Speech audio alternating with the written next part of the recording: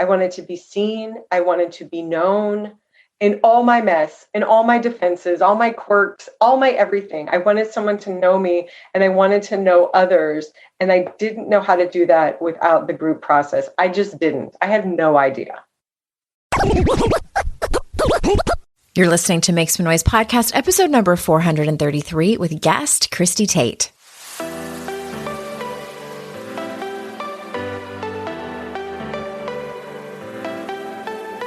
Welcome to Make Some Noise podcast, your guide for strategies, tools, and insight to empower yourself. I'm your host, Andrea Owen, global speaker, entrepreneur, life coach since 2007, and author of 3 books that have been translated into 18 languages and are available in 22 countries.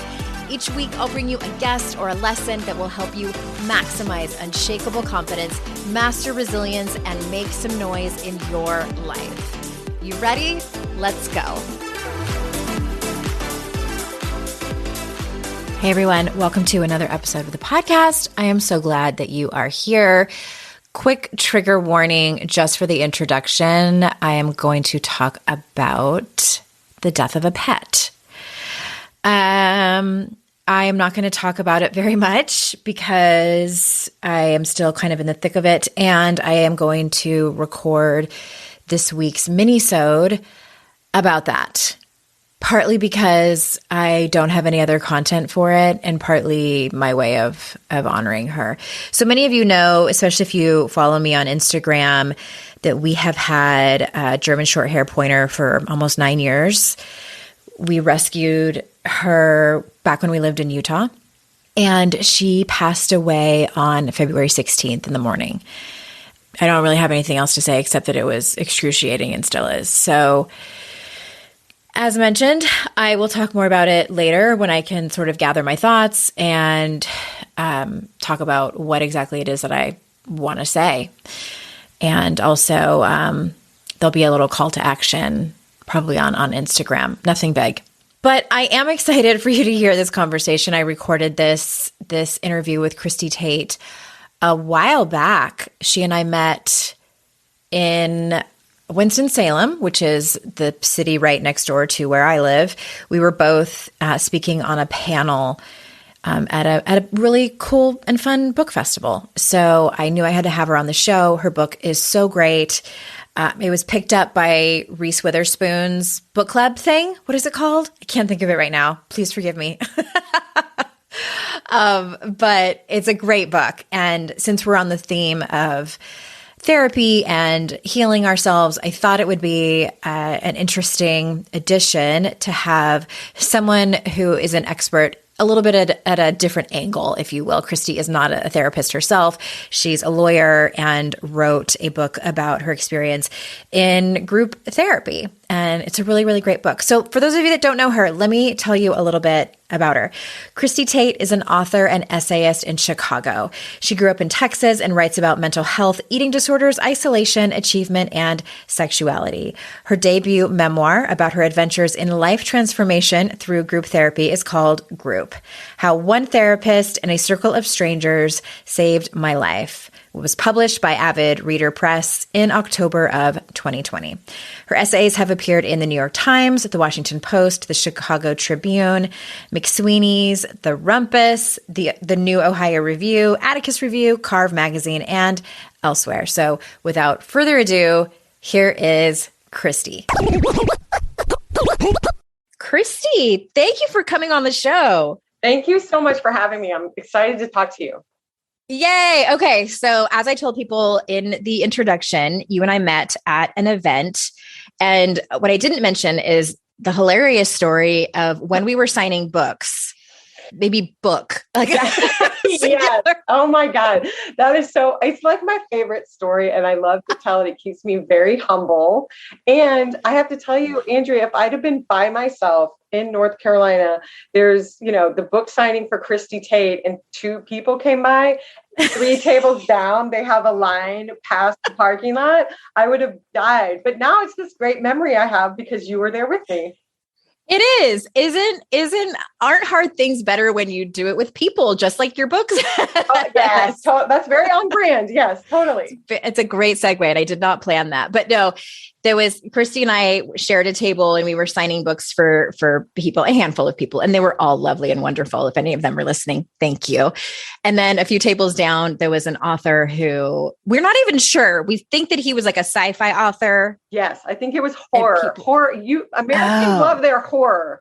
And these guys, it was actually two of them. They're wildly popular and wonderful writers, and they've had long careers. So God bless them. They've earned every fan that they have. And it's a little bit to sit next to them.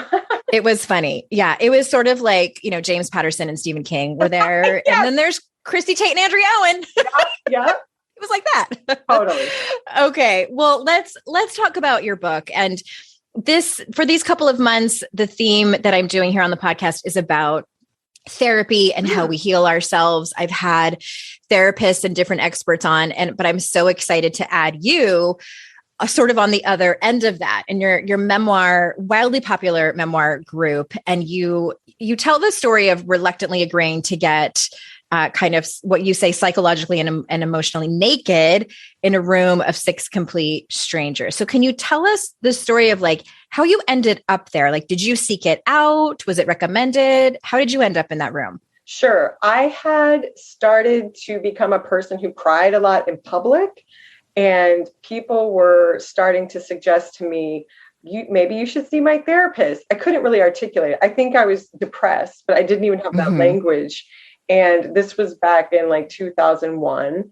And, on paper, my life was great. I was first in my law school class. I had, I was pretty in shape because I went to the gym, and I had enough student loan money to get through, to live in a nice neighborhood. So I should have been fine is what I told myself, but I was really depressed. I was lonely.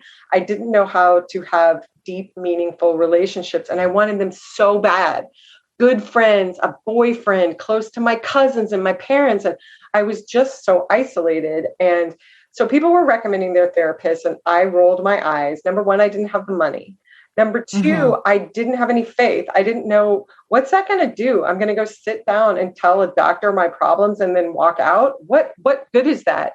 But then finally, somebody who I trusted, she looked different. Like when you see someone, you're like, wait, what's the deal? Are those new jeans? Did you have a new eye cream? Yeah. Did your weight change? Is that lip gloss? What's going on? And she was like, it's my new therapist. And I was like, oh, damn, really? And she said something very magical to me, a law student. She said, he's really cheap because he does. Sold. Yeah. I was like, okay, great. Because he does group. So it's like 1/3 the cost. And I thought to myself, okay, well, I'll go, I'll check it out. I was going to take out a healthcare loan, which I did, to cover the cost. And maybe it would help me because I was really scared. I was starting to fantasize about dying. And it just felt like I couldn't fix that by myself. And I needed some help. And that's as much as I knew. And then when I heard that he was cheap, I thought, oh, okay, I'll give it a try. And when I went to go see the doctor, he was smart and scary and seemed to think that my problems, which were essentially loneliness and isolation and perfectionism, he seemed to act like that was very curable. And I was willing to get started and try. And that's how it all began. Okay. I have so many questions. The first one is, what you said he was scary. Like, what was scary about it to you? Do you remember anything specifically? I do. The way that he looked at me, like he was really paying attention, really, it made me feel like he could see things about me. And he, very early on in the session, he completed a few of my sentences. Like I mentioned that many of my partners and boyfriends and love interests happened to drink a lot. And he just very matter-of-factly totally kept my gaze. He said, oh, you like to date alcoholics. And I was like, whoa. That's exactly what I was thinking. I was like, which one of your parents was a drinker? Totally. That was the next question. And I do have alcoholism all in my family. And I knew he knew. I told him a few things about my behavior. And from there, he was able to pan out and see, oh, this is a young woman. She's perfectionistic. She's got an eating disorder. She dates alcoholics. She's the daughter of an alcoholic. And the fact that he could see all that and put it together so quickly was both terrifying and comforting at the same time. I felt exposed. Yes. I was just interviewing somebody else for the show, and her episode hasn't come out yet, but she's an expert around like emotional cleansing. And we were talking about therapy. And I had mentioned that with my last therapist that I hired just in 2020, and I have a long history with therapy. I started going when I was 18. I was not happy about going when I was 18. My parents made me go because they were getting a divorce. It's another story for another time. But at this point in my life, I'm well-versed in therapists, and I had hired her specifically to do deeper trauma therapy, which is scary, but I felt like I was ready. But I needed several talk therapy sessions first before we did that, because I have major trust issues. Yes. And I told her that, like, I need to get to know you first. I need to feel comfortable telling you my story. And about, I don't know how many sessions in, maybe 4 or 5, she lovingly pointed out that I perform and I use a lot of humor to deflect. And I think I don't know what the right word is. I was so scared, as you said, because I knew she was right. And I knew that if I didn't do that, if I didn't add, zing to my stories and throw in some punchlines, that she would just see me in all the pain and hurt that I had. And that to me felt like, oh my God, she's going to think I'm broken, that I'm damaged. And it felt like so black or white. Like, you only see me as this one person. And that's the part that I had tried to push down for so long. So it sounds a little similar to you, but you were like fresh and green. I'm laughing at your story because I 100% lean real hard on self-deprecating humor and sarcasm and snarkiness. And that was a survival technique for me. And I was very slow. Well, we're Generation X. Like, that's what we were raised on, and TV dinners, Totally. Yes, totally. And it was I was probably a year into going to group. I ended up joining a group with this doctor, and something got real intense in a session. And I, of course, cracked a joke. And somebody said to me, it was the doctor. He said to me, you don't have to do that. There's a place for your humor, but you don't have to defend so heavily against these feelings. We were talking about death, and I'm over here like making, one-liners about it. And it was just like, hey, is that serving you? Is that serving you, Christie? And I was sort of like, not all the time. The answer is not all the time. Do you remember if you felt shame in that moment, like kind of being called out a little bit? That's a great question. Almost everything makes me feel shame. I'm so shame-based. And in that moment, it was 50-50. What I remember about that, I felt 50% shame, which frankly might be a baseline for me. But the other 50% was a sense of relief. It was like the doctor busting me like that. It felt a little bit like, hey, I see you. I see what you're doing. It looks like that might be a heavy load for you. So right next to the shame was a sense of relief. I don't have to entertain. I don't have to entertain these adults the way I felt like I had to entertain everyone around me as a kid to survive. And so there was some relief there, which I'm happy that was running next to the shame. Yes, I know that well, that relief of, okay, you are going to see me for it feels a little validating in a sense. Yes, 100%. Like, I think I was really, really hungry. By the time I got to group, I was in my late 20s, and I was in the middle of law school. I'd already gone to get a master's and gone through college. I was just trying to achieve my way out of pain, and it wasn't working. So by the time I got to group, what I really wanted, and I couldn't have articulated this, I wanted to be seen, I wanted to be known in all my mess, in all my defenses, all my quirks, all my everything. I wanted someone to know me, and I wanted to know others. And I didn't know how to do that without the group process. I just didn't. I had no idea. Mm-hmm.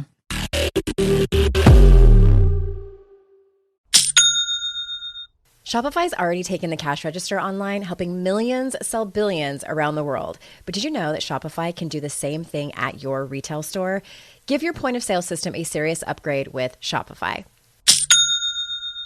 With Shopify, you get a powerhouse selling partner that effortlessly unites your in-person and online sales into one source of truth. Track every sale across your business in one place and know exactly what's in stock. Connect with customers inline and online. Shopify helps you drive store traffic with plug-and-play tools built for marketing campaigns from TikTok to Instagram and beyond. Get hardware that fits your business. Take payments by smartphone, transform your tablet into a point of sale system, or use Shopify's POS Go mobile device for a battle-tested solution. Sign up for a $1 per month trial period at shopify.com/noise, all lowercase. Go to shopify.com/noise to take your retail business to the next level today. Shopify.com/noise. I have definitely been in that place where my paycheck ran out before the next one got here. Life doesn't happen bi-weekly, so why should payday? The money you earn can be in your hands today with Earnin. Earnin is an app that gives you access to your pay as you work, up to $100 per day or up to $750 per pay period. Just download the Earnin app and verify your paycheck. Then access up to $100 a day as you work and leave an optional tip. Any money you access plus tips are automatically repaid from your next paycheck. You can use Earnin to pay for a girls' night out, a last-minute gift for a loved one, or even summer camp for the kids. Make Earnin a part of your financial routine and join Earnin's over 3.5 million customers who say things like, when I think about Earnin, I think about financial stability, security. It gives me a lot of peace of mind. Download Earnin today, spelled EARNIN, in the Google Play or Apple App Store. When you download the Earnin app, type in Noise under podcast when you sign up. It really, really helps the show. Noise under podcast. Subject to your available earnings, location, daily max, and pay period max. See earnin.com/TOS for details. Earnin is a financial technology company, not a bank. Bank products are issued by Evolve Bank and Trust, member FDIC.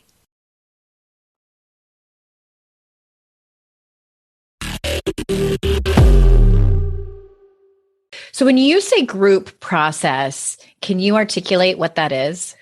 Sure. I mean, the base people always ask me like, well, what does it look like? So the mechanics are I'll start with my first group. Later I joined other groups, but you have a 90-minute session. It meets every week. It's the same people. Generally, it's the same people. You can leave anytime you want, and people do, and new members come in. But generally, the grouping is fairly stable. The doctor is there. He's a psychiatrist. We sit in a circle. We come in at the appointed time, and we sit down. And the way that ours works is there's no agenda. There's no like, we're going to go around in a circle and say what's bothering us. Nothing like that. Someone will start and just say, oh my God, I think I'm going to get fired. And they'll tell a story. And then someone will ping into that and say, oh, wow, that's crazy. I just got a raise and I think I'm getting promoted. And then people start having lots of feelings about what's being said and about work and recognition. And then we're like off to the races, and the doctor will interject. But a lot of the work that happens in a group is, for me, I feel myself reacting. Like, there's a guy, Brad, in my group. He reminds me so much of my dad. And when he starts doing things that my dad does that irritates me, like talking in platitudes or kind of not being checked in, I'll react and I'll see, oh, that's not really my dad. That's actually Brad. And I have a chance to speak up and in this fishbowl, say something and learn about what I'm bringing to the table, what he's bringing to the table, and slowly untangle a lot of knots I had inside of me around relationships, because I had them everywhere all the time. Yeah. For some reason, I thought that you started group later, like in your 30s. So you started when you were still in law school in your 20s. Yes, I had just turned 28 when I started. Okay. Yeah. So did you know that you were going to write the book like early in, or when did that idea come to you? Oh, so I started group. It was right before 9/11. So it was August 29th of 2001 was my first session of group. I did not even consider writing until 2015, long after the events of the group. I had no idea. I had no plans to write about this at all. I was all about the law. And it wasn't until I had my law career and I had 2 babies and this pull for a creative life and to write and to be a storyteller, that didn't show up until I was 38. So like 10 years after I even started group. And I didn't start, my first writings were all fiction, not even, I never was thinking, oh, this will make a great book. I was just trying to get my life together. That's probably not a good thing. Like when you're in the group to be thinking about writing a book about it, because you're not going to be totally. I wouldn't be so present, right? Right. You're going to be taking notes and like kind of narrating as you're talking and other people are talking. Totally. Not that I know that from experience, but well, I love the whole premise of the book. And for anyone who's listening who and especially anyone who enjoyed Lori Gottlieb's Maybe You Should Talk to Someone. It's definitely not the same, but similar kind of topics just around personal development and just the transparency and vulnerability of humans and all different kind of walks of life. And you talk about the highs and lows of group therapy. Can you share like one high and one low that you remember? Oh my gosh, that's a great question. So I would say the high that I feel, like an early high that I write about in the book it might be appealing to someone who's like, what is group therapy? One thing I didn't know about group therapy is that I was going to end up in a group. I don't know the doctor in the book. I call him Dr. Rosen. I don't know what magic he does behind the curtain to put us all together or who goes in what group. But my first group was all professionals. So it was doctors and lawyers, anybody who had to be licensed to do their profession. So I go in there. I'm not even a full lawyer yet.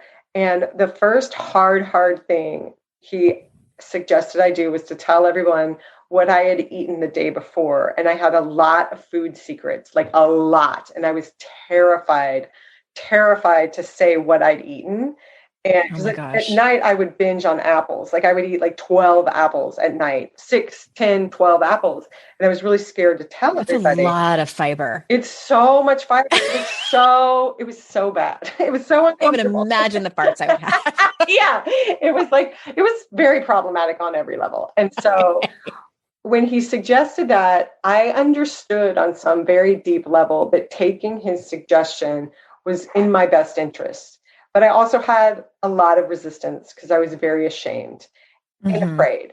What I didn't know, I closed my eyes and I tell everyone I ate. And Dr. Rosen is saying to me, open your eyes, look around. And I'm like, no, this is horrible. I'm not doing that. When I did open my eyes, I looked at the 6 other people in the circle and they were looking at me, not with the contempt or scorn or repulsion that I had pictured. They were looking at me with pure love. Honestly, this guy, Carlos, was kind of amused. He's like, you ate 12 apples? Gross. But I wasn't kicked out of the group. I was held and other people had their own food secrets. That was such a high moment for me. When I have a secret, it becomes so big and hairy and moldy inside of me. I forget that other people have struggles too. It makes me very self-obsessed. So when I let go of a secret and I tell a group, I'm able to look around and see like, oh, well, Patrice had some food stuff too. And guess what? So did Rory. And guess what? So did Marty. And I felt so much less alone, like instantly. And that was a huge, huge high. And for me, every single low, that's probably over dramatic. Many lows that I have in group have to do with jealousy about who's getting attention. And it's so deeply shameful to me. But even early on, I could see in myself like, oh, Dr. Rosen would give Carlos a lot of attention because Carlos had an exciting career, and they were talking about his wedding, and I didn't even have a boyfriend. I was not wedding planning for many years, and I just over and over again, I'd be so jealous, like, God, Dr. Rosen is giving Rory so much help, and I would fume, and it would like distort and contort me. And I had to do a lot of work on attention and jealousy. Like I was very, very repressed and regressed around those issues. And I'm a 30-year-old woman who's crying because someone's getting more attention than I am in group therapy. That's real tough to swallow about myself. That part has been hard. Well, I could totally picture myself going down that same thought pattern. My next question is, did you admit that and walk through it in group? Yes, there's something. Yes, not only that, I still have to do it. 2 weeks ago, there was someone in there. Now I would like to report that I have refined my jealousy. It turns out now I'm really only jealous of other women. I Uh-huh. guess that's progress. But when Yeah. somebody, And social programming. Uh-huh. yeah, yes, thank you, patriarchy, for all of that. I still, what it happens is I feel it and I withdraw and I get really quiet, which is not my normal mode. My normal mode is like, I'm like, picture group, like a volleyball game, and the ball goes all over the court, right? And you lob it back and you keep the conversation going. And when I get jealous like that, I just fold into myself and Mhm. I fold my arms across my very tender heart. And two things happen. One is everybody notices. Like if someone who's lively just shuts down, you're like, okay, what is it? And Right. what's even more, I don't know if this is annoying or a blessing, probably both. They know me so well. The people I'm in group with now have been with me for, almost 20 years at this point. They'll say, oh, Christy, you got quiet when Dr. Rosen gave Ellery that affirmation about how good she is as a parent. And my whole body will like flush, and I'll sort of sweat. And they know it's true, and I know it's true. But it is very difficult to own it, even all these years later. That's a big character defect of mine. Jealousy, and then not wanting to just own it, to just say, yeah, I was bummed. I want all the affirmations to come to me. That's a horrible thing to say. Mhm. Well, it's a human thing to say. Like, Yeah, that's true. okay, I have so many comments. Of course I do. So regarding the highs, I love that example. Thank you for sharing it. That is a great example of a couple of things that jumped out to me. Empathy, which, Yeah. I'm trained and certified in Brene Brown's work. So I spout it all the time from the rooftops that is one of the antidotes to shame. Self-compassion is the other one. And speaking of self-compassion, that what you experienced around common humanity of hearing and understanding and accepting that other people also not only had secrets but had food secrets, Yeah. specific to yours, is that common humanity which we need for self-compassion. So that's just me pointing out to all the listeners that there is shame resilience. Like we can learn it, and that those are the two huge steps of it. The lows, well, my character defects, if since we're sharing, Please share. mine are selfishness and entitlement. um I laugh because I'm just like, oh my God. So you and I are recording this right after Thanksgiving, and with my family. And it's funny to me now. It wasn't before. It's funny to me now how triggered I get around certain family members who are selfish and entitled. And I get so judgmental Yeah. and so contemptuous and like a case of the better thans. And I'm like, ugh. Yeah. And I have to sort of check myself and just, I'm like, well, they're not ready to do the work. And Andrea, my friend Samantha Bennett says, anytime you're judgmental of someone, not always, and many times it's your own character defects, you can say to yourself, and there I am. Yeah. Oh, I love that. I love that so much. So that's what I was doing. Can I share my not great experience with group therapy? I would love to know your thoughts about I'm dying to hear every word. because you're the expert. Right, okay. You are the resident expert on group therapy. Okay. I've just appointed you. And much of my audience knows this story. So my life fell apart about 15 years ago. My then husband had an affair with her neighbor and got her pregnant. And then we split. I immediately fell in love with someone who had terminal cancer, and it was sad. And I took care of him for months. And then turns out, oopsies, he lied about having cancer the whole time to cover up his addiction to prescription painkillers. And then I was pregnant. I found out the same week. So then he went away to an in-treatment rehab center. And so they have what's called family week or family night, where the families can come. I believe it's invite only, and they have group therapy. Okay. And so I had done talk therapy for, but only one-on-one. I had never participated in any kind of 12-step program yet. I hadn't done any kind of group therapy, except like online forums, which were still, I mean, this was like mid 2000s. They were fairly new at the time. Like Yahoo groups were still a thing, right? Which was super anonymous. You could still be anonymous then. It wasn't like Facebook.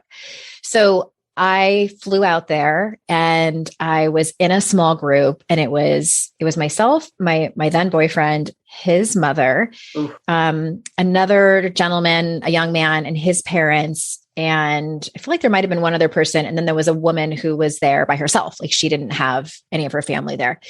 And because I have at the time, I'm a lot better now, but I had no emotional boundaries. Mm-hmm. Like once I found out like, oh, this is a safe place for us to share. Like I got completely naked in front of everybody. I'm like, here's all of my deepest, darkest secrets. Like I started at the bottom. I'm like, here's all my shame stories. Here's, the biggest shaming experiences I've ever had in my life. Mm-hmm. And I was crying and just went in just completely full on, was, listening to the therapist. And then when I got home, I found out that my boyfriend and the woman who was there without any family were having a relationship. Oh, so he was cheating on me with her. And I read all the emails back and forth, and she had told him that she thought it was funny that we had been grouped together. Oh, so needless to say, yeah.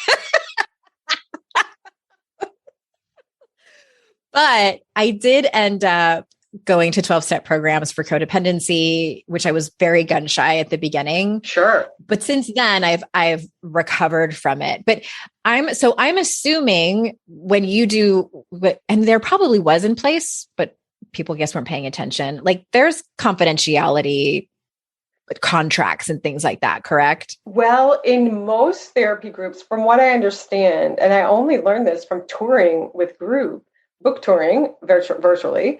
So the most typical practice is you go into a group and you might even sign a contract saying various things. But number one is I will not take any of the information that is said here in this forum out to anyone who's not a part of this group. And many, many doctors ask you, or practitioners who run groups ask you to also say you will not have any contact with group members outside of the group.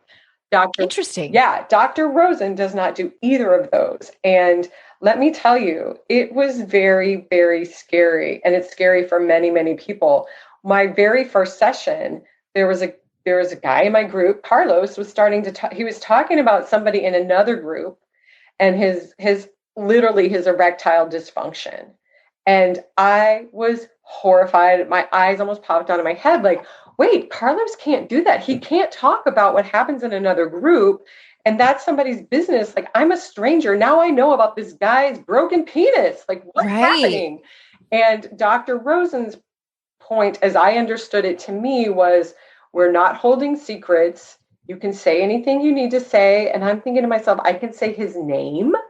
And Dr. Rosen was like, yes. And first of all, I will say Dr. Rosen is a maverick. I don't know if that's the right word, unorthodox.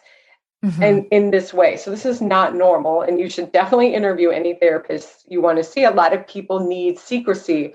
What I came to understand for me as someone who grew up with addiction and in addiction, that holding secrets and keeping people's confidences, that had actually turned out to be a very destructive process for me because I was protecting so many people. I couldn't get help. I couldn't tell a single story. Interesting. Because there was always someone whose story needed protecting and I couldn't let anyone in. And that is certainly not for everybody. And what I've learned over time is I've watched people come into group and you have to you can't tell us everything until you know us. Like it has to be like building intimacy, building trust is a process and you can't do it in the first month. You can't even do it in the first 6 months. There's a lot of foundation that needs to be laid. And I've been there long enough to watch it, but it is still really scary. Like now I mean, there's an argument that I'm somewhat of a public figure because I've written this book. And, if somebody could go out and say, you want to hear what Christie Tate said in group the other day?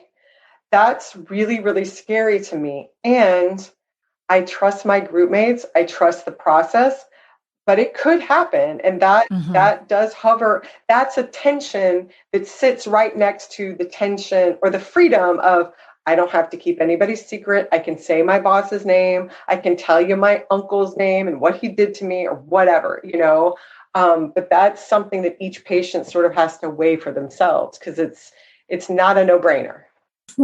That's so interesting. I sound like such a therapist right there. You do. I didn't mean to. I was really reflecting.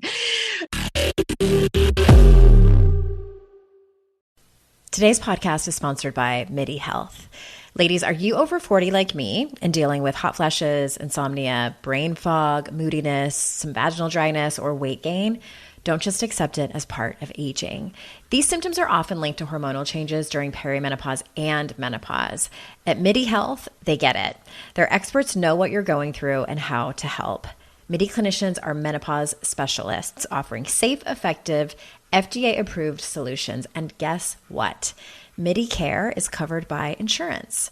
So stop pushing through it alone. Schedule a virtual visit and dive deep into your unique symptoms and health background. You'll walk away feeling heard and with a plan to start feeling better. Visit MIDI Health today and reclaim your well-being. You deserve to feel great. Book your virtual visit today at joinmidi.com. That's joinmidi.com. joinmidi.com.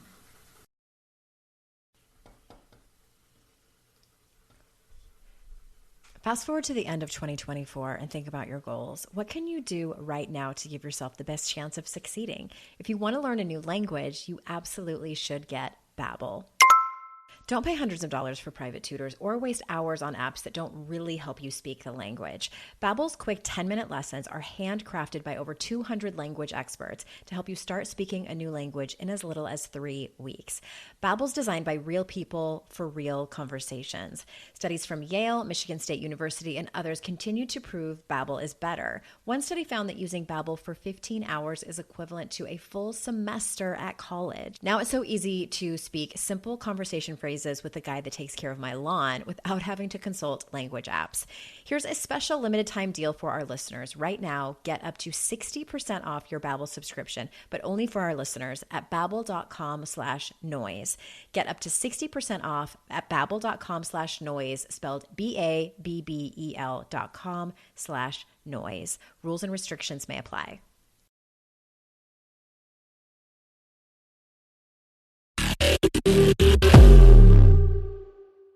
Because, and I was thinking to myself, why do I find it so easy to tell?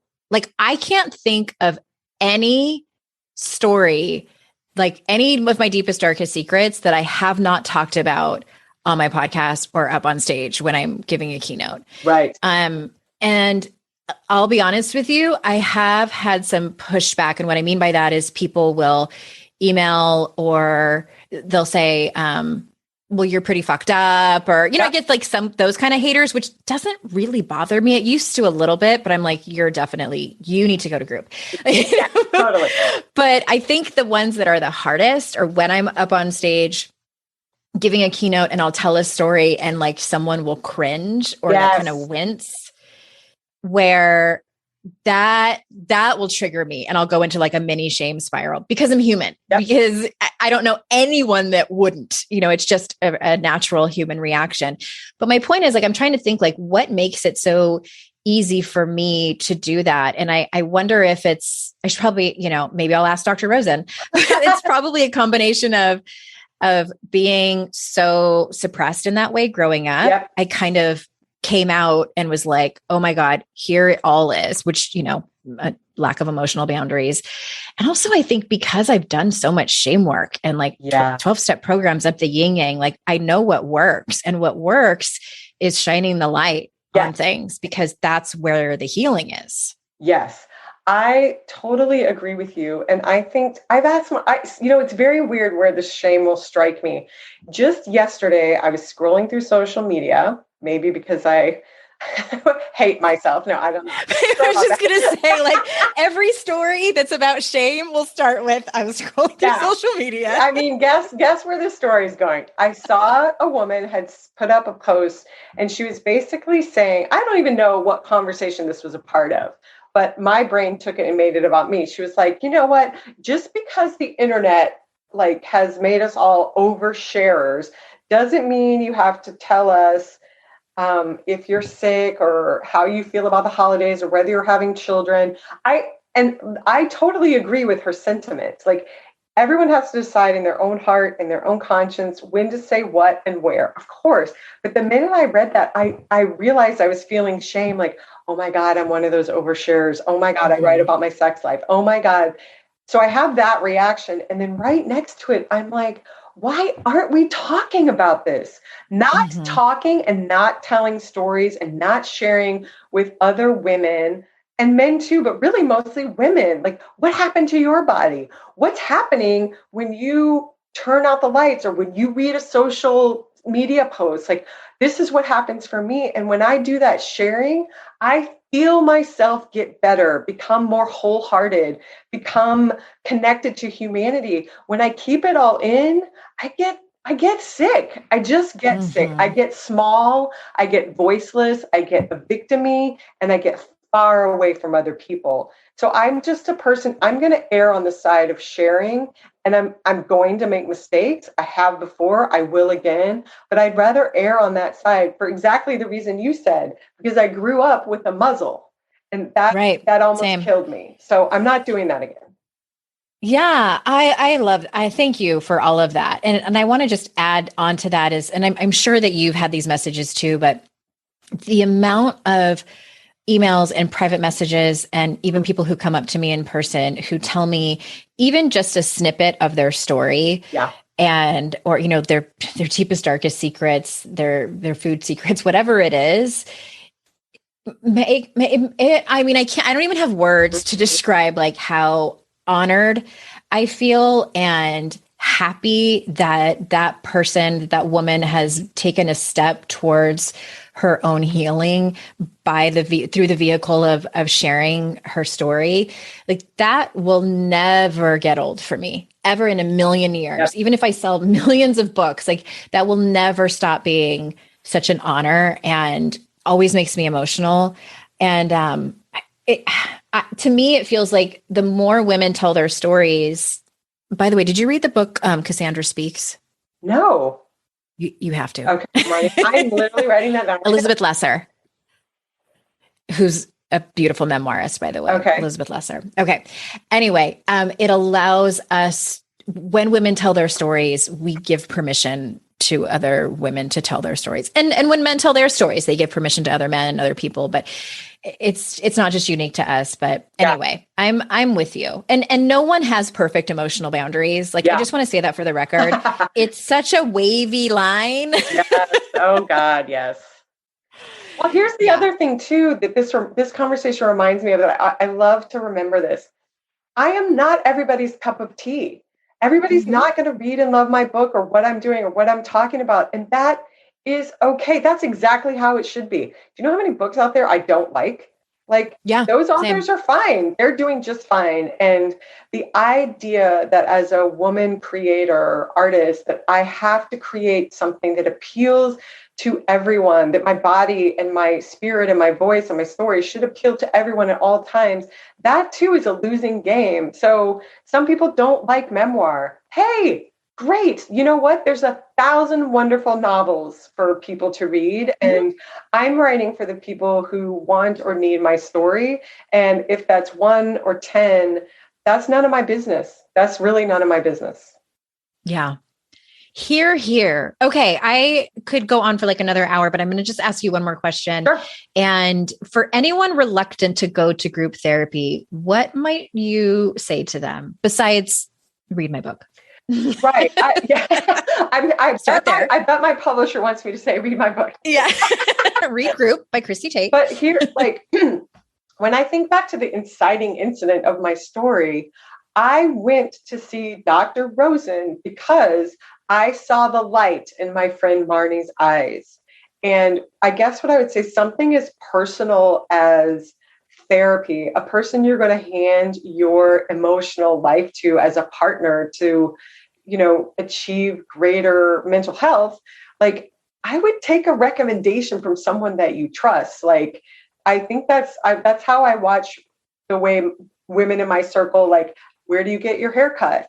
Where do you get a massage? Like, I wouldn't put my physical body on a table unless I had some indicia of respectability or trust, or I felt good in my gut. So I think the first place to start is, do you have friends who go to therapy who seem to have lives that look like they're going the places you want to go? Is the light on? Find the people with the light on and ask them how they got it.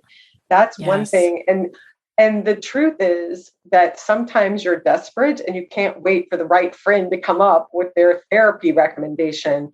But interviewing and giving yourself permission to not go with just the first person. And there's so many resources now because of the pandemic and the mental health crisis that's looming. There are online resources and, talk to the people. And one other thing I say is, if you go to Psychology Today, and there's a place where you can look for a therapist and you can put in your zip code and you can get a recommendations and you can see their picture and you can see, it's kind of like Match.com for patients and therapists. And, if you see somebody that has puka shells and a haircut that doesn't feel like you would trust them, that's probably not your person. But if you're looking for someone with a blazer and some silver jewelry that looks very tasteful, like, there's lots of clues out there. And I really believe in the tools of recommendations and trusting the gut. Those have guided me along this process. And I think they're kind of foolproof, even if it takes a couple of tries. Yes, I'm a huge fan of psychologytoday.com. I'm always telling people to go there if they are having trouble getting a referral from someone. And you can even, I'm pretty sure you can check the box and have it filter by therapists who offer group therapy. Yes, you can. That's exactly right. Okay. Amazing. Everyone needs to go out and either go to a bookstore or wherever you get books and get the book. It's called Group: How One Therapist and a Circle of Strangers Saved My Life. And anything else that you want to say to feel complete as we close this down? The one thing I would say is, I heard a statistic a couple of months ago that people generally seek therapy 6 years after a point at which a therapist would say, well, maybe you should see someone. So that people are delaying addressing mental health to the tune of 6 years. And I just feel like if my work does anything, I hope it gives people a nudge or permission to not wait until you're in a therapeutic emergency, to get some support, some scaffolding, some tools, some comfort, some care. Let's not wait 6 years. Like, don't wait. That's Don't I sort of feel like I want to scream, don't wait. Yeah. Act now. Exactly. Okay. Thank you so much for this conversation. I have loved having you on, and everyone, you already know this, but the links are going to be in the show notes. Where can everyone find you? I know you're on social media, but where do you want people to go? Because you have another book coming out in 2022. Yes, I don't have a date or details yet on that, but I can be found scrolling through Instagram. That's one place. That's probably the best place to find me. I'm too scared for Twitter, but I'm Christie Tate on Instagram, and I love, interacting with readers or debating. Like, I'm not afraid of someone saying, I think this doctor's taking all your money. Like, let's have the conversation. I'm up for it anytime. Yeah. Well, you are a lawyer, so it doesn't surprise me that you don't mind debating. That's true. That's true. Well, thank you for being here again. And everyone, thank you so much for your time. I know how valuable it is, and I am so grateful that you choose to spend it with my guests and me. And remember, it's our life's journey to make ourselves better humans and our life's responsibility to make the world a better place. Bye, everyone. Hey everyone, thanks again for listening to the show. And just a quick reminder that if your company needs a speaker or a trainer, I might be the right person for you. I speak and do keynotes on confidence and resilience for mixed audiences, as well as do trainings on the Daring Way, which is the methodology based on the research of Dr. Brené Brown. So if you think it might be a good fit, hit me up at support@AndreaOwen.com or head over to my speaking page, AndreaOwen.com/speaking.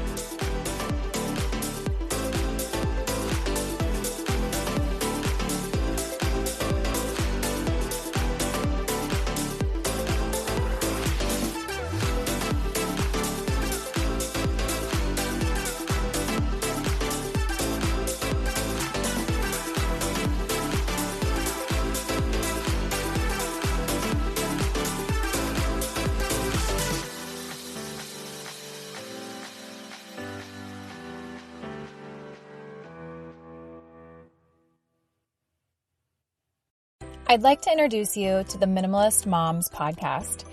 It's hard enough being a mom, and the last thing you need is stress from too much stuff and an overcrowded schedule.